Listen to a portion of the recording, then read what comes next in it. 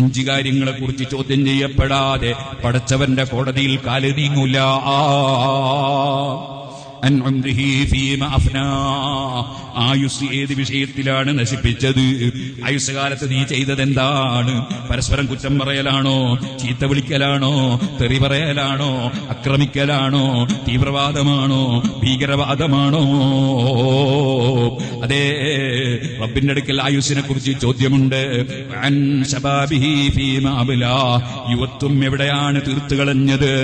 യുവത്വകാലത്ത് കഴിയും പോലെ നല്ല കാര്യങ്ങൾ ചെയ്യാൻ മുന്നിട്ടിറങ്ങിയിരുന്നോ?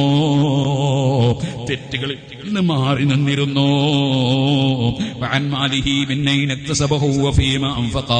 നിന്റെ ധനം നീ എങ്ങനെയാണ് ഉണ്ടാക്കിയത്? വരവിന്റെ കണക്കെവിടെ? ചെലവിന്റെ കണക്കെവിടെ? റബ്ബ് കണക്ക് ചോദിക്കുന്ന ഒരു സമയമുണ്ട്.